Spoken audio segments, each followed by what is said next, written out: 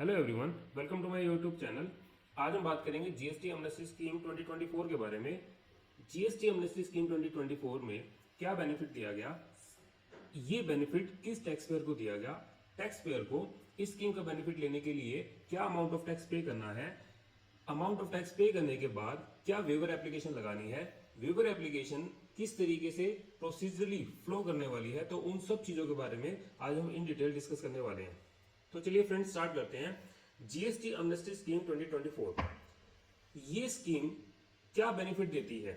ये स्कीम ये कहती है कि अगर आपके अगेंस्ट कोई नोटिस आया, नोटिस के बाद ऑर्डर आया, नोटिस के केस में आपके अगेंस्ट कोई भी एक उसकी समरी जनरेट हुई होगी, ऑर्डर के केस में एक समरी जनरेट हुई होगी, तो उस ऑर्डर या नोटिस में जो amount of tax, interest, penalty specified है, उस केस में कितना अमाउंट, यानी कि ये स्कीम कहती है कि आपको 100% ऑफ टैक्स पे करना है जो भी उस नोटिस या ऑर्डर में अमाउंट स्पेसिफाइड है। Then in that case you need not to pay any interest and penalty whatever specified in DRC 07, DRC 01, right. यानी नोटिस या ऑर्डर में जो भी अमाउंट स्पेसिफाइड है उसमें आपको टैक्स का अमाउंट पे करना है, इंटरेस्ट और पेनल्टी का वेवर आपको मिल जाएगा, राइट। ये स्कीम ये बेनिफिट देती है। अब हम बात करते हैं कि इस स्कीम का बेनिफिट किस टैक्स पेयर को मिलेगा, एलिजिबल टैक्स पेयर कौन रहेगा। एलिजिबल टैक्स पेयर के लिए ये इस स्कीम में 3 पार्ट्स में कैटेगराइज किया गया है। फर्स्ट वन इज बेसिकली आप इसमें देखेंगे इस पूरी ही स्कीम में सेक्शन 73 को इंपॉर्टेंस दी गई है। फर्स्ट केस जहां पर नोटिस या ऑर्डर, यानी कि नोटिस इशू हुआ सेक्शन 73 में, ऑर्डर इशू हुआ सेक्शन 73 में, राइट। सेकंड केस ये कहता है कि अगर आपके अगेंस्ट सेक्शन 74 में नोटिस इशू हुआ और सेक्शन 74 में नोटिस इशू होने के बाद आपने उस सेक्शन 74 को चैलेंज कर लिया कि this is not the case of fraud, right, और आपने इसको चैलेंज किया और जो अपीलेट अथॉरिटी है या जो अपीलेट ट्रिब्यूनल है, जो कोर्ट है, उनकी डायरेक्शन पे वो डायरेक्शन इशू हो चुकी है प्रॉपर ऑफिसर को कि भाई ये आपके सेक्शन 74 यानी कि फ्रॉड का केस नहीं है, ये अदर देन फ्रॉड का केस है। यानी सेक्शन 74 में नोटिस इशू हुआ जरूर, बट ऑर्डर इशू सेक्शन 73 में ही होना है, right. And third one case is कि आपके अगेंस्ट ऑर्डर इशू हुआ, बट वो जो ऑर्डर इशू हुआ वो टैक्स पेयर के लिए फेवर में था, टैक्स पेयर के फेवर में था, बट डिपार्टमेंट के फेवर में नहीं था। डिपार्टमेंट ने उस ऑर्डर के अगेंस्ट अपील फाइल कर ली, राइट। ब्रॉडली इस स्कीम को 3 पार्ट्स में कैटेगराइज किया गया है। अब हम बात करते हैं फर्स्ट पार्ट, जहां पर सेक्शन 73 में नोटिस इशू हुआ और सेक्शन 74 में ऑर्डर इशू हुआ। उससे भी पहले हम ये बात कर लेते हैं कि सेक्शन 73 बेसिकली क्या कहता है। सेक्शन 73 एक डिमांड एंड रिकवरी का एक बाय डिफॉल्ट सेक्शन है जो जो ये कहता है कि अगर टैक्स पेयर ने टैक्स पे नहीं किया, टैक्स कम पे किया, या बैकएंड में जो आईटीसी क्लेम किया वो ज्यादा क्लेम कर लिया, या फिर बैकएंड में जो आईटीसी क्लेम किया वो एररनियसली गवर्नमेंट से रिफंड ले लिया, राइट। और अगर इनमें से कोई भी केस है, फर्दर वो केस फ्रॉड, विलफुल मिसस्टेटमेंट और सप्रेशन ऑफ फैक्ट के अलावा है, वो फ्रॉड का केस नहीं है। आपके against tax not paid, short paid, ITC wrongly availed, wrongly utilised and erroneously refund का केस है, और वो case other than fraud, wilful misstatement और सप्रेशन ऑफ फैक्ट का है, तो उस केस में सेक्शन 73 से गवर्न करता है और सेक्शन 73 में टैक्स पेयर के अगेंस्ट एक नोटिस इशू होता है। अब हम एक बार देखते हैं कि क्या क्या पॉसिबिलिटी हो सकती है। नोटिस इशू होने के बाद ऑर्डर इशू ना हुआ हो, ऐसा हो सकता है, और ऑर्डर इशू होने के बाद DRC 07 इशू होने के बाद एक पॉसिबिलिटी ये हो सकती है कि वो टैक्स पेयर के फेवर में आया हो, राइट, और एक पॉसिबिलिटी ये हो सकती है टैक्स पेयर के फेवर में ना आया हो। टैक्स पेयर के फेवर में नहीं आया तो ये भी पॉसिबिलिटी हो सकती है कि टैक्स पेयर ने उसे अपील में चैलेंज कर लिया। अब जो वो अपील है, वो appeal appellate authority, right, first appellate authority तक पेंडिंग हो सकती है, अपीलेट ट्रिब्यूनल के लेवल पे पेंडिंग हो सकती है, कोर्ट के लेवल पे, हाई कोर्ट, सुप्रीम कोर्ट के लेवल पे पेंडिंग हो सकती है, बट लॉ ने सिर्फ अपीलेट ट्रिब्यूनल तक के ही लेवल की सिचुएशन को विजुअलाइज किया और लॉ ने ये कहा कि अगर आपका अपीलेट ट्रिब्यूनल में ऑर्डर इशू नहीं हुआ है, राइट, तो वो उस केस में आप इस पार्ट में कवर हो जाएंगे। मीनिंग देयर बाय इसे हम देखते हैं जहां पर सेक्शन 73 में नोटिस इशू हुआ और नोटिस इशू होने के बाद सेक्शन 73 में ही ऑर्डर इशू हुआ, राइट। और इसे फर्दर 3 पार्ट्स में कैटेगराइज किया गया, क्लोज ए, close B, close C, right. देखो, अगर आपके अगेंस्ट कोई ऑर्डर इशू हुआ और वो फर्स्ट अपीलेट ट्रिब्यूनल तक के लेवल पे पेंडिंग है, इसका मतलब आपने इस स्कीम का बेनिफिट लेना है, अमाउंट ऑफ टैक्स पे करना है, इंटरेस्ट और पेनल्टी वेवर हो जाएगी, राइट। बट फर्क इस चीज से भी पड़ता है कि आपकी जो अपील है वो किस लेवल पे पेंडिंग है। आपका ऑर्डर अपीलेट ट्रिब्यूनल का पेंडिंग है या फर्स्ट अपीलेट अथॉरिटी का पेंडिंग है। आपको वेवर एप्लीकेशन SPL 01 में लगानी है या फिर SPL 02 में लगानी है। तो इसे हमने फर्दर 3 पार्ट्स में कैटेगराइज किया कि जहां पर सेक्शन 73 में आपका नोटिस इशू हुआ है और फर्स्ट केस ये हो सकता है कि नोटिस के बाद ऑर्डर इशू नहीं हुआ, वो नोटिस के लेवल पे ही कहानी पेंडिंग है, क्लोज ए वहां पर एप्लीकेबल हो जाएगा इफ इस नोटिस और स्टेटमेंट। स्टेटमेंट क्या होती है? जहां पर ऑफिसर ने कोई एक नोटिस इशू किया 73 में और उसे ये लगता है कि सेम ग्राउंड पे किसी और टैक्स पीरियड में भी मुझे नोटिस इशू करना है, तो वहां पर वो नोटिस ना इशू करके उस पर्टिकुलर ग्राउंड पे ही किसी और पीरियड के लिए वो नोटिस की जगह स्टेटमेंट इशू कर सकता है ऑफिसर, राइट। यहां पर इसने कहा कि इफ ए नोटिस और statement has been issued under section 73 but no order has been pass. Second case clause B ये कहता है कि if an order is passed under section 73 but an appeal is pending before first appellate authority under section 107 or revisional authority 108, right। इसका मतलब tax payer के वो जो order issue हुआ वो टैक्स पेयर के फेवर में नहीं था, वहां पर टैक्स पेयर ने एक अपील फाइल करी लेकिन अपीलेट अथॉरिटी जो है वहां पर अभी ऑर्डर पेंडिंग है, वहां ऑर्डर पास नहीं हुआ, तो वो क्लोज बी में कवर हो जाएगा। और अगर फर्स्ट अपीलेट अथॉरिटी या रिविजनल अथॉरिटी का ऑर्डर पास हो चुका है और वो अपीलेट ट्रिब्यूनल के लेवल पे पेंडिंग है, तो वो क्लोज सी में एप्लीकेबल हो जाएगा। If an order has been passed under section 107 और 108 of CGST Act, then an appeal has been filed with appellate tribunal. Payment की बात बाद में करेंगे। इसका मतलब हमने ब्रॉडली देखा कि सेक्शन 73 में आपके अगेंस्ट नोटिस इशू हुआ। अच्छा, एक केस ये भी हो सकता है कि मेरे अगेंस्ट कोई सेक्शन 73 में नोटिस इशू नहीं हुआ, आज तक नहीं हुआ, लेकिन मुझे ऐसा लगता है कि यार इस मैटर में मैंने इतना अमाउंट जो है मेरा बनता था, तो क्या ऐसा हो सकता है कि मेरे अगेंस्ट नोटिस तो इशू नहीं हुआ बट मैं सेल्फ असेसमेंट करके कोई अमाउंट पे कर दूं तो इंटरेस्ट और पेनल्टी मेरे अगेंस्ट वेवर हो जाएगी? The answer is no. आपके अगेंस्ट सेक्शन 73 का नोटिस इशू होना मैंडेटरी है, राइट। सेकंड केस हम बात करते हैं कि notice issued under section 74। Notice issued under section 74 this category basically ये कहना चाह रहा है कि इस मैटर में स्कीम ये कहना चाह रही है कि आपके अगेंस्ट सेक्शन 73 में इशू ना होकर के नोटिस सेक्शन 74 में हुआ। सेक्शन 74 यही बात कहता है कि tax not paid, tax short paid, ITC wrongly availed utilise या फिर एरनियसली रिफंड। अच्छा, एक बात देखेंगे, सेक्शन 73 और 74 दोनों ITC not paid, short paid, ITC wrongly availed utilise, और उसके बाद जो फिफ्थ केस ये कहता है कि एरनियसली रिफंडेड, राइट। एरनियसली रिफंडेड सेक्शन 73 और 74 कहते जरूर है, बट ये जो एरनियस रिफंड है स्कीम इस एरनियस रिफंड के केस में आपको बेनिफिट नहीं देगी, राइट। एक कोई नोटिस इशू हुआ जहां पर एक पॉइंट है tax not paid, short paid, ITC wrongly availed utilise, कोई भी एक मैटर लेट से 10 लाख रुपए का अमाउंट है और वहां पर ITC wrongly availed ITC erroneously refunded 2 lakh रुपए का अमाउंट है, तो उस केस में ये स्कीम उस एरनियसली रिफंडेड वाले 2 लाख रुपए के कंटेक्स्ट में आपको बेनिफिट नहीं देगी। क्लियर है? अब हम बात करते हैं सेक्शन 74 में, यानी ITC रॉन्गली अवेल्ड यूटिलाइज और tax not paid, short paid, ये वाला मैटर है, बट ये मैटर है आपका फ्रॉड, विलफुल मिसस्टेटमेंट और सप्रेशन ऑफ फैक्ट, इसका मैटर है। बट टैक्स पेयर ने नोटिस रिसीव होने के बाद कहा कि ये जो नोटिस है ये सेक्शन 74 का नहीं है, यानी कि मेरे अगेंस्ट जो है ना, देखो ऑफिसर को एक पावर दी जाती है कि वो फ्रॉड के केस में नोटिस सेक्शन 74 में इशू कर सकता है, लेकिन उसके साथ साथ उसे एक ऑब्लिगेशन भी दी जाती है कि वहां पर ऑनर्स टू प्रूव, वहां पर जो है ना ऑनर्स टू प्रूव जो है ऑफिसर के लेवल पे ही है, यानी कि ऑफिसर को ये प्रूव करना पड़ेगा कि जो फ्रॉड है वो आपके अगेंस्ट बनता है, राइट। बट यहाँ पर टैक्स पेयर ने उस फ्रॉड वाले मैटर को, उस नोटिस को चैलेंज कर लिया। अपील के लेवल पे ये डिसीजन लिया गया कि this is not the case of fraud, ये फ्रॉड का मैटर नहीं है। सेक्शन 74 में नोटिस इशू जरूर हुआ है, बट सेक्शन 74 का ये मैटर नहीं है।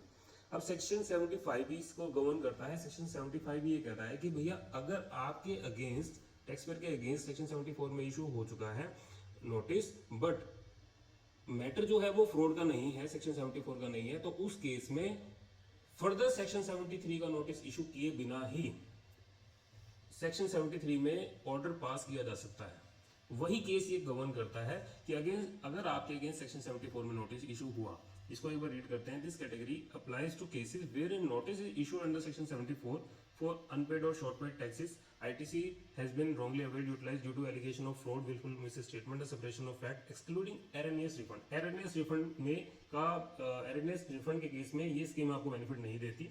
If the taxpayer challenges the validity of the notice in an appeal and alleged fraud is not proven during the appellate process, the appellate authority tribunal court may direct the proper officer.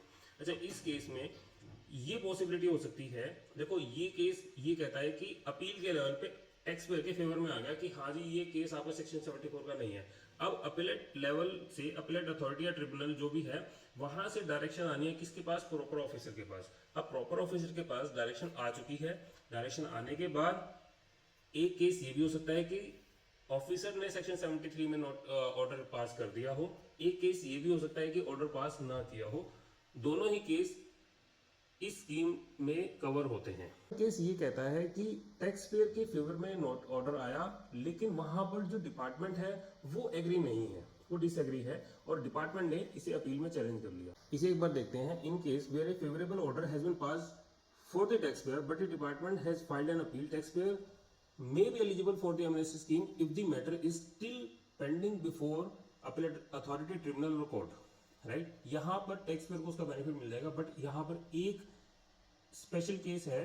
Tax payer को इस case में scheme का benefit लेने के लिए जो भी order amount होगा, ऑर्डर के ऊपर टैक्स अमाउंट को पे करना पड़ेगा। पे करने के बाद उसे एक वेवर एप्लीकेशन लगानी है। वेवर एप्लीकेशन लगाने के बाद इस टर्म्स पे उसे इस स्कीम का बेनिफिट मिलेगा कि फर्दर इन फ्यूचर कोई अपील के लेवल में अगर टैक्स पेयर के अगेंस्ट कुछ एनहेंस लायबिलिटी निकल करके आती है, मान लीजिए कि मेरी आज एक लायबिलिटी अमाउंट है, मान लीजिए 10 लाख रुपए का टैक्स है, 10 लाख रुपए का इंटरेस्ट है, 2 लाख रुपए की अमाउंट की पेनल्टी है, तो इस केस में लॉ ये कहना चाह रहा है कि 10 लाख रुपए का अमाउंट ऑफ टैक्स आपको आज की डेट में पे करना है। वेवर एप्लीकेशन लगानी है। वेवर एप्लीकेशन लगाने के बाद जो अपील आपकी डिपार्टमेंट में चल रही है, डिपार्टमेंट ने उसे फाइल कर रखी है, उस अपील का अगर आपके अगेंस्ट कोई ऑर्डर आता है, मान लीजिए 10 की जगह आपके अगेंस्ट 15 लाख रुपए की जो अमाउंट है वो हो जाता है, तो उस केस में ये स्कीम ये कहना चाह रही है कि उस टाइम पे आपको वो जो बैलेंस अमाउंट होगा ना, वो भी आपको पे कराना पड़ेगा,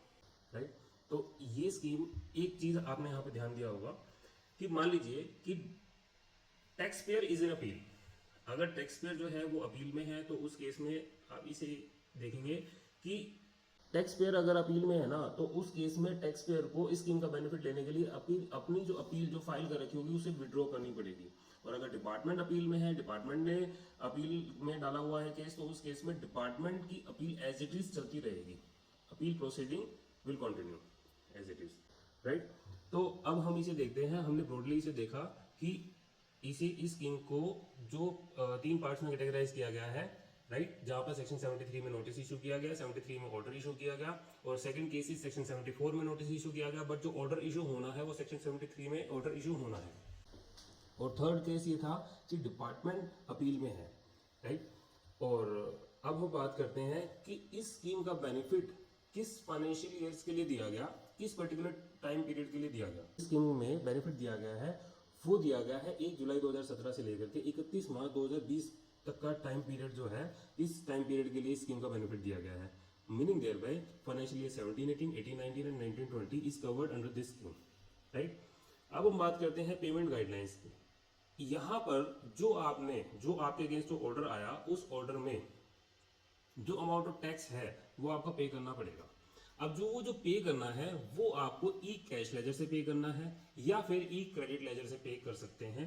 यहाँ पर एक सर्कुलर आया, सीबीआईसी की तरफ से सर्कुलर इश्यू किया गया राइट। इस सर्कुलर में क्लियरली यहाँ पर ये कहा गया कि आप अपने इस अमाउंट ऑफ टैक्स की लायबिलिटी को आप ई क्रेडिट लेजर से डिस्चार्ज कर सकते हैं, राइट।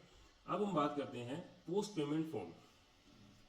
देखिए कि अगर मान लीजिए मेरे अगेंस्ट कोई नोटिस इशू हुआ, सेक्शन 73 में नोटिस इशू हुआ, 73 में नोटिस इशू हुआ है और नोटिस के साथ एक समरी भी इशू होती है जिसे हम कहते हैं DRC 01।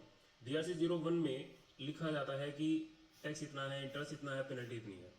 अब इस केस में लॉ ने यहाँ पर ये कहा कि जहां पर ऑर्डर इशू नहीं हुआ, meaning thereby order issue होने के बाद, मान लो एक ऑर्डर इशू नहीं हुआ, मेरे पास सिर्फ नोटिस इशू हुआ है, यानी कि मेरे अगेंस्ट कोई लायबिलिटी क्रिएट नहीं हुई, मेरे अगेंस्ट कोई लायबिलिटी क्रिएट नहीं हुई, वहां पर मुझे जो अमाउंट ऑफ टैक्स पे करना है वहां पर DRC 03 से काम चल जाएगा। मीनिंग देयर बाय अगर ऑर्डर में, नोटिस में कुछ अमाउंट स्पेसिफाइड है और उस अमाउंट को मैंने पे कर दिया, पे करने के बाद जो मैं प्रॉपर ऑफिसर को इन्फॉर्म करता हूँ DRC 03 में, सिर्फ उसी वहीं तक आपको करना है। DRC 03 तक आपने, यानी कि प्रॉपर ऑफिसर को आपने इंटीमेट कर देना है कि हाँ जी मेरा इतना अमाउंट था, मैंने इसे पे कर दिया। बट अगर ऑर्डर भी इशू हो चुका है तो ऑर्डर इशू होने के बाद की सिचुएशन ये कहती है कि भैया आपके अगेंस्ट एक लायबिलिटी क्रिएट हो चुकी है, राइट। आपके अगेंस्ट ई लायबिलिटी रजिस्टर में एक amount as a liability create हो चुकी है, वो अमाउंट आपकी लायबिलिटी रजिस्टर में आ चुका है। अब इस केस में आपको DRC 03 के साथ साथ, अगर आपने DRC 03 फाइल कर रखा है तो उसके बाद DRC 03A फाइल करना है, यानी कि उस DRC 03 को इस लायबिलिटी से मैप ऑफ करना है, मैपिंग करनी है, राइट। वहां से वो लायबिलिटी को डेबिट भी करना पड़ेगा, राइट। यहाँ पर ये कहा गया है कि if only a notice or statement is issued under file DRC 03 and if an order is issued then filing DRC 03A will be mandatory, right, and ensure the liability is debited from the e-liability register। अब हम बात करते हैं filing procedure for Amnesty scheme 2024। यहाँ पर देखो, अगर section 73 में नोटिस इशू हुआ और ऑर्डर इशू सेक्शन 73 में हुआ, वहां पर हमने देखा था कि 3 केस थे, क्लोज A, B, C। मैं रिपीट नहीं कर रहा।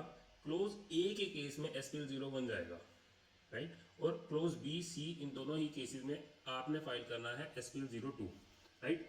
SPL 01 to be filed for notices और statement under clause A of section 128A, right. और जो form SPL 02 to be filed for order under clause B and C, right. B और C जो भी केस आपके ऊपर एप्लीकेबल है उस केस में आपको SPL 02 फाइल करना है। अब डिपार्टमेंट का रिव्यू, डिपार्टमेंट के पास यहाँ पर 3 मंथ का टाइम पीरियड दिया गया है कि अगर आपको कोई शोकॉज नोटिस टैक्स पेयर के अगेंस्ट को इशू करना है तो आप 3 मंथ में इशू कर दीजिए। मतलब आपको शोकॉज नोटिस इशू करना है 3 मंथ के अंदर, और अगर आपने शोकॉज नोटिस 3 मंथ के अंदर नहीं किया, डीम्ड अप्रूवल हो जाएगा टैक्स पेयर के फेवर में, यानी कि डीम्ड अप्रूवल है। SPL 05 नहीं होगा लेकिन एक डीम्ड अप्रूवल के मैटर में चला जाएगा केस।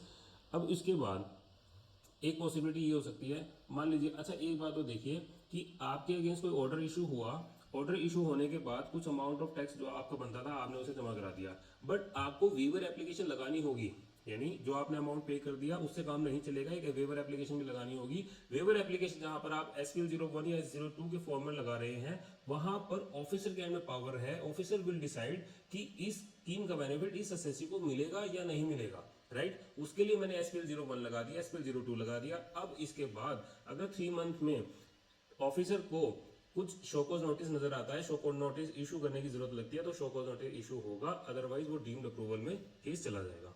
अब मान लीजिए कि ऑफिसर को लगता है कि नहीं यार इसमें कुछ मुझे एडिशनल इन्फॉर्मेशन भी चाहिए, मान लीजिए कुछ एरनियस रिफंड था, या मान लीजिए कुछ एरनियस रिफंड के केस में टैक्स पेयर ने अमाउंट कुछ कम जमा कराया, कुछ उसे क्लैरिफिकेशन चाहिए, कुछ शोकॉज नोटिस इशू होना चाहिए, तो यहाँ पर ये कहता है कि डिस्क्रिपेंसी अगर कुछ उसे नजर आती है तो SPL 03 के फॉर्मेट में show cause notice will be issued, right.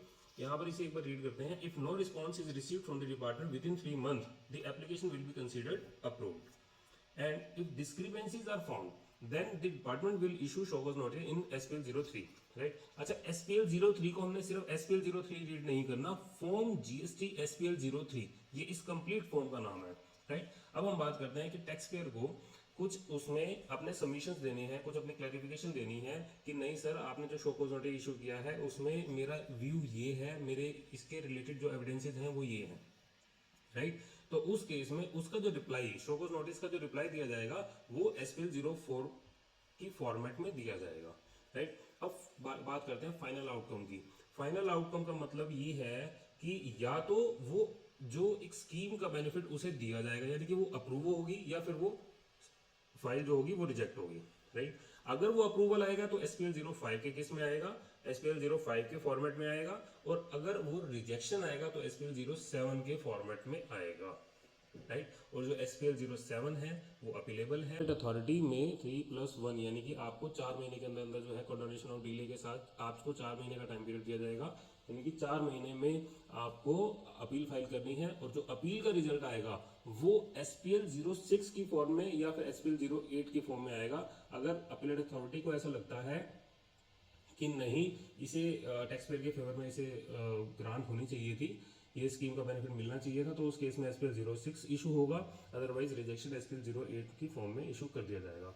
अब हम बात करते हैं, मान लीजिए कि टैक्स पेयर के फेवर में वो जो ऑर्डर आया वो टैक्स पेयर के फॉर्म फेवर में आ गया, तो उस केस में एक चीज और ध्यान रखना कि डिपार्टमेंट के पास इसको फर्दर अपील फाइल करने की पावर नहीं दी गई है, राइट। अब अभी से बात करते हैं की highlights of amnesty scheme 2024। Applicable period रहेगा वो 1 जुलाई 2017 से लेकर के 31 2020 तक का ही रहेगा। पेमेंट डेडलाइन का क्या मतलब है, आपको 31 मार्च, यानी कि जो अमाउंट ऑफ टैक्स एसएससी ने पे करना था, टैक्स पेयर ने पे करना था, वो 31 मार्च 2025 तक ही पे करना है, राइट। 31 मार्च 2025 तक उसे अमाउंट ऑफ टैक्स पे करना है।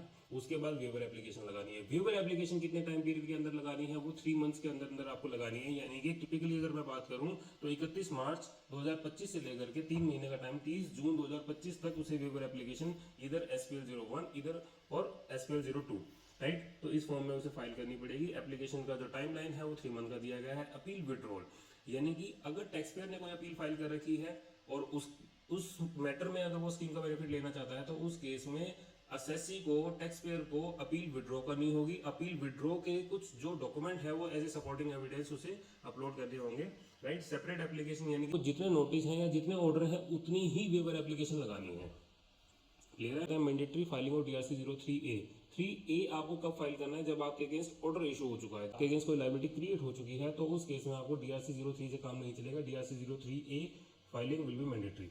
And waiver of interest and penalty, आपको इस स्कीम में जितना भी amount of interest and penalty होगा वो वेव ऑफ हो जाएगा। अच्छा, एक बात और ध्यान रखना, जो इंटरेस्ट होगा ना, वो इंटरेस्ट का मतलब आपने लेट फाइलिंग करी, राइट, आपने कोई लेट फाइलिंग करी, 3B लेट फाइल करी, टैक्स लेट फाइल किया, उसका जो इंटरेस्ट की कोई डिमांड है तो वो आपको वेवर नहीं मिलेगा। अगर कोई इंटरेस्ट आपके टैक्स अमाउंट से रिलेट करता है, राइट, उसी का बेनिफिट मिलेगा आपको। कुछ amount tax not paid, short paid का केस है तो उसी केस में रिलेटेड इंटरेस्ट अमाउंट का ही आपको मिलेगा, और उसके अलावा कोई इंटरेस्ट का बेनिफिट आपको नहीं मिलेगा, राइट। तो this is all about section 128A and rule 164 and this circular. ये आई होप ये वीडियो आपके लिए इन्फॉर्मेटिव रही होगी। Thank you very much.